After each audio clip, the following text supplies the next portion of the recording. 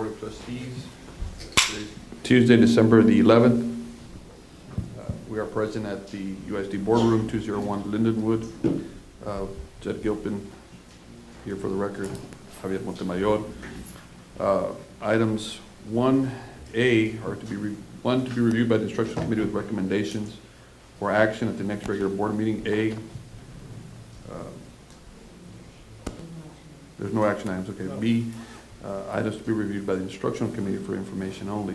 Number 1, United ISD Dyslexia Program, Language Foundations, the Scottish Rite Center of South Texas.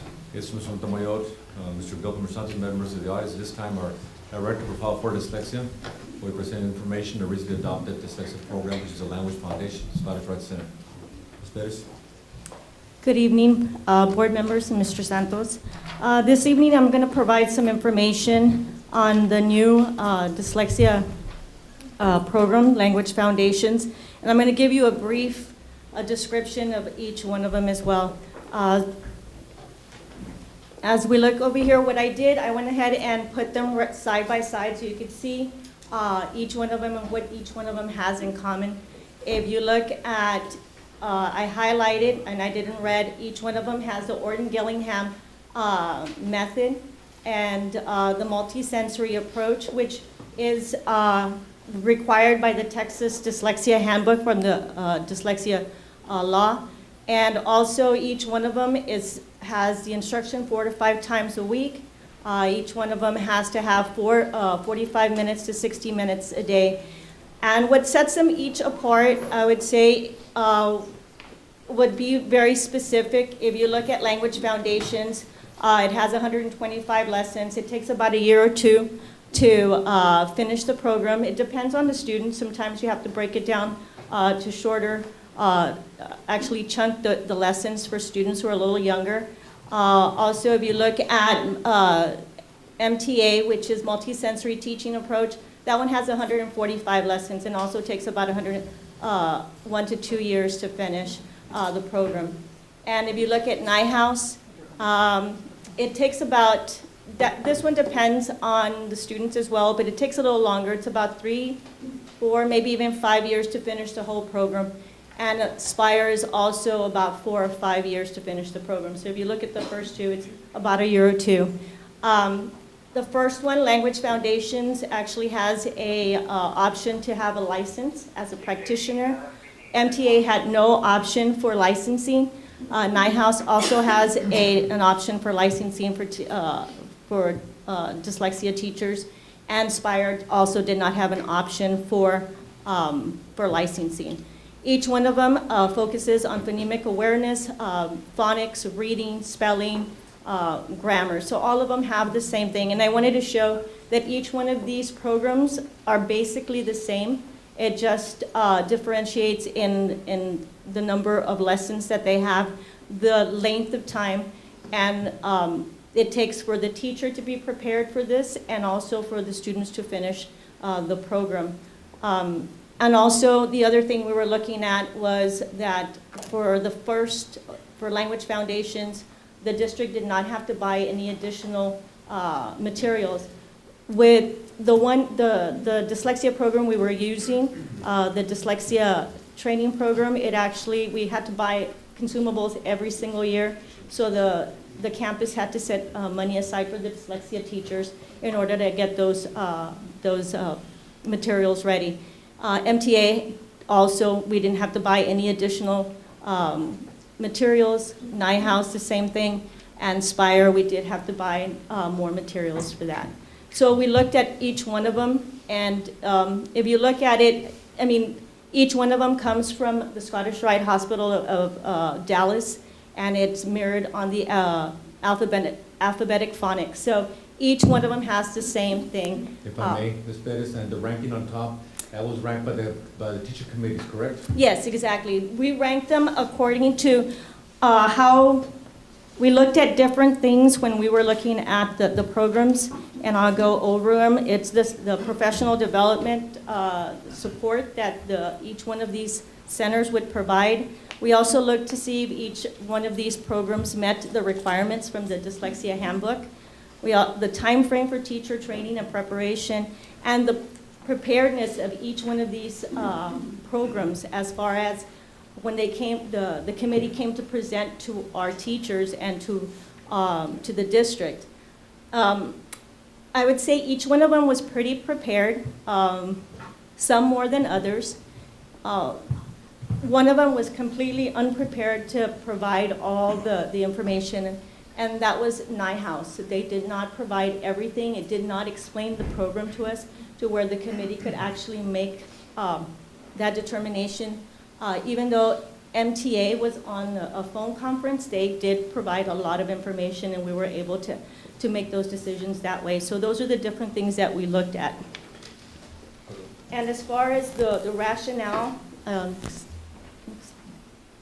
right here we have the evidence-based by Spire. They did provide some information on pre-test and post-test, so you can see how students did better at the end after they had the program. Next slide.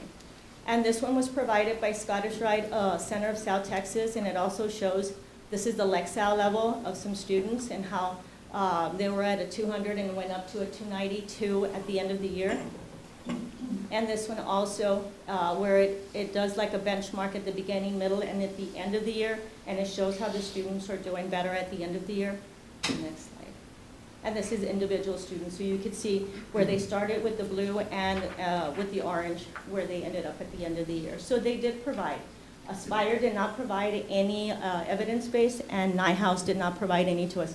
Not that they don't have that, they just didn't provide it to the committee.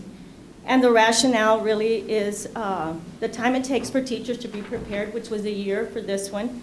The requirements was for the teachers to have a bachelor's degree and a certification, a teaching certification.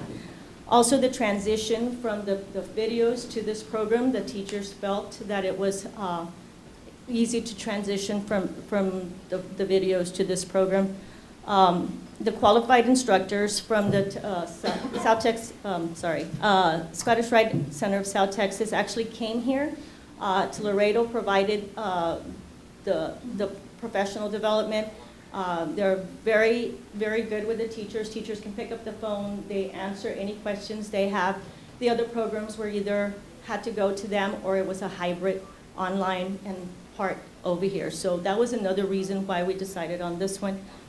Also, the Scottish Rite Center of South Texas is recognized by the International Multisensory Structured Language Education Council, which is a standard for preparation. It is also accredited by this council. If those programs were not evidence-based and they were not directed toward dyslexia students, then it could not be accredited through this council. And just a note at the very end, I just wanted to let the board members know that teachers, such as reading specialists, master reading teachers, general education teachers, and special education teachers who provide dyslexia intervention for students are not required to hold any specific license or certification. They do, however, have to have a minimum of additional documented dyslexia training aligned with the law, and must deliver instruction with fidelity, and that's in the handbook. So what we're doing right now with the district, that we have about 37 teachers in line to become licensed practitioners, is way ahead of the game. I think we're doing a lot more than some districts because we don't have to have anyone who's licensed. All we have to have is a program that is directed for dyslexia students and train teachers in that. At this time, we do have 5 of teachers here that are joining us. I invite board members, members of the audience to visit what's going on in our class, specifically with this program.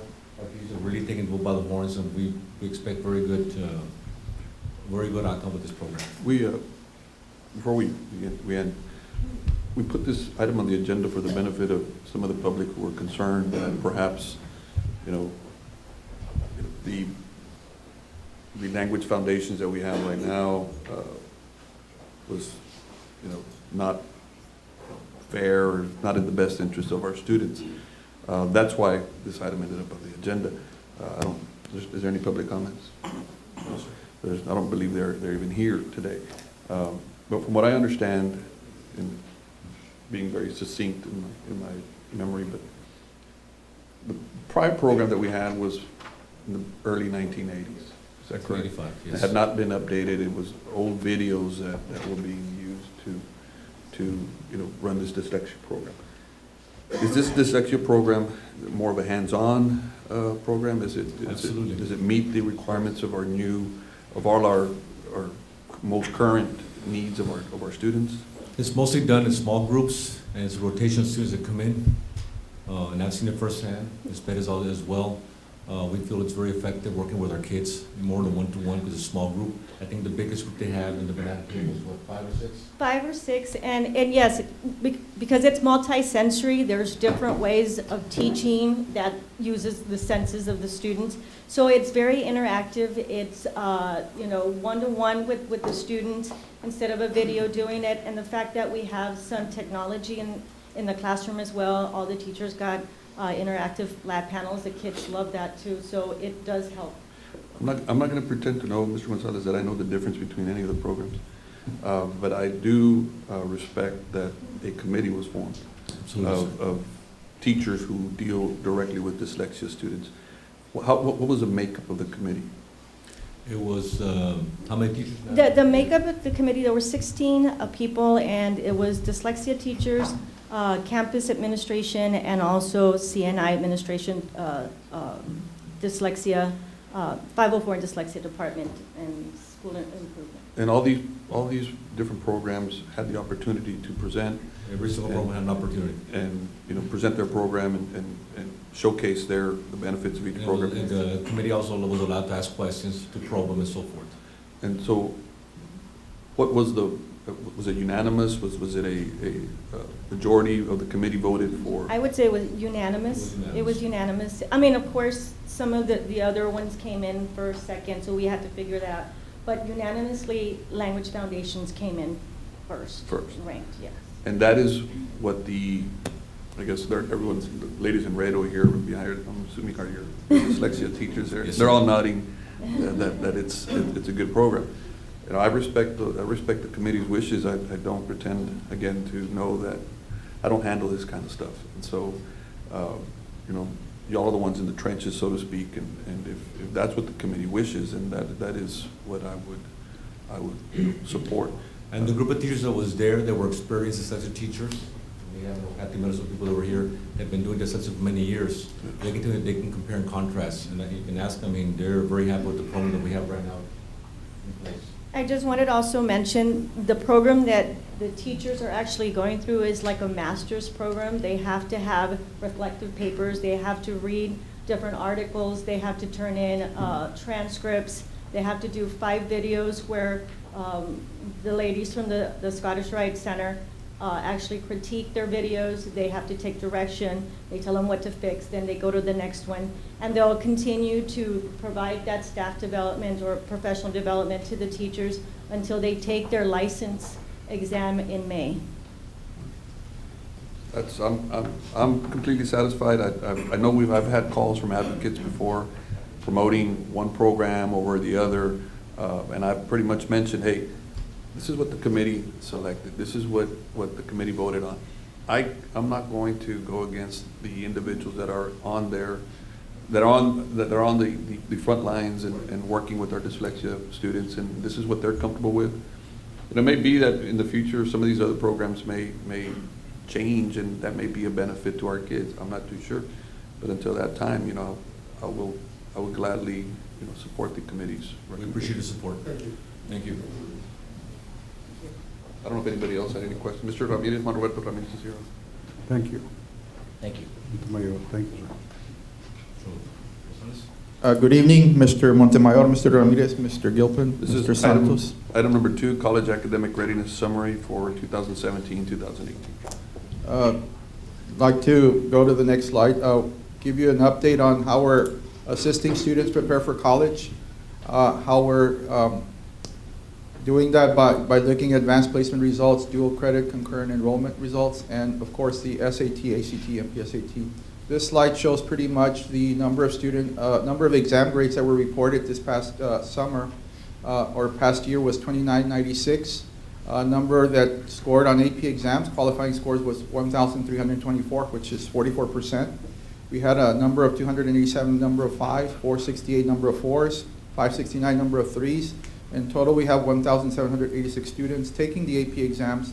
We did manage to surpass our goal of 3%, so we had 5% increase in the number of students assessed with exams.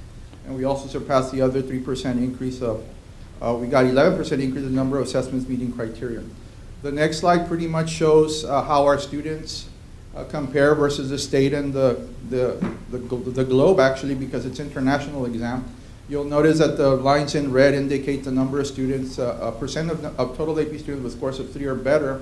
In green, you'll see the state of Texas, and in blue, it's global. So you'll notice that we have been surpassing this state in terms of percent of AP students with scores of 3 or better, with the exception of 2015, but we were almost there. But we've been surpassing the state in terms of the number of passing scores. The next slide pretty much shows you the number of exams that the students took, and the green is really what shows the number of 3s, 4s, and 5s. Essentially here, it's showing you that the exams that the students are doing well in is AP Spanish Language, AP Spanish Literature, AP Computer Science Principles, Calculus AB, Studio Art, and some other courses that are listed there as well. In terms of AP Scholars, these are the students that take several exams and they get a certain score on them and a certain average. So in terms of what's happened this past year, we got 151. You'll notice since 2011, we started only with 23. We're now at 151. In reference to the dual credit, this is the 11th year since it got started, where the students can earn up to 12 credit hours, juniors and seniors. You'll notice that the juniors that are taking the History 1302 got 81%, sorry, sir, if you can, 88% passing rate. And then the seniors that are taking the English course, 702 of them got a 91% passing rate. What I did wanted to point out, sir, on the previous slide, is that the district is saving the students, the parents, and of course the taxpayers money, because we have our own English teachers, especially the seniors. So we're saving the district about $189,540 by having our own English teachers. The next slide pretty much shows you what happens in the spring. For the 11th graders, they take the English. Again, we're saving the district over $203,000, 96% passing rate. And the college math, which is about 509 students at 92% passing rate. This pretty much shows you the online program we have in place, the GOLD program, garnering online credit. You'll notice that in the fall, we had a 96.7% passing rate, 214 students took the course online during school. And in the spring, 269. Total of 483 students took the courses with a 94% passing rate. You'll notice that the ones that are labeled in green are for dual credit, the rest of them for concurrent or college credit only. The next slide. This pretty much shows you currently how many students we have in the GOLD course. You'll notice that the principles of macroeconomics is very popular, so same thing with the federal government. And this year, we have approximately, at the very end, sir, 316 students taking these courses. This is currently what we have in dual credit, the 11th year. We have 871 students currently finishing off with the History 1302, and 710 students finishing off with the English 1302. And then pretty much this is the other program we have in place, the UT on ramps. And essentially, last year we had 62 students take pre-calculus through the University of Texas. 76 took physics. Out of those students, 64 decided to take the college credit. So we're saving the district, in terms of UT dollars, $70,784, because those are the number of students that decided to take the credit, tuition and fees. I know you're talking to an Aggie over here. Sorry? Yes, I know. This is what we currently have in the UT on ramp system. We currently have 367 students enrolled in the UT on ramps, and we now have more selective courses in not just pre-calculus and physics. And we're saving, hopefully, the district and the taxpayer and the students $405,000 in tuition and fees. These are the ACT scores from last year, composite scores for the class of 2018. You did notice that we did have increases in the ACT score. So compared to the state, we're almost close to what the state is getting. But we did have positive gains of 1.3 points, which is really good, 7-year change. And then we have the SAT composite scores. You did know that the scale score changed. It is now based on 1600. We did have also positive changes. We noticed that we gain up to 30 points, but if they take that course, they gain up to 86 points. If they take that PSAT, SAT prep course. The state only had 13-point gain in terms of the SAT scores. Our current freshmen, when they were 8th graders, when they took the PSAT 8 and 9, you'll notice that they're surpassing the state in terms of total score, 895 versus the state of 796, I believe it says there. And you'll notice that all the campuses that are, all the middle schools that are listed, these are the ECAR students in 8th grade that are taking the PSAT 8 and 9. They're also surpassing also the state PSAT score, 8 and 9 score. Really good. Any questions, sir? Yes, sir. Not on my behalf. That's great. Thank you. Thank you. All right. No public comments, okay, so I guess this committee is adjourned. Let me give Mr. Molina some.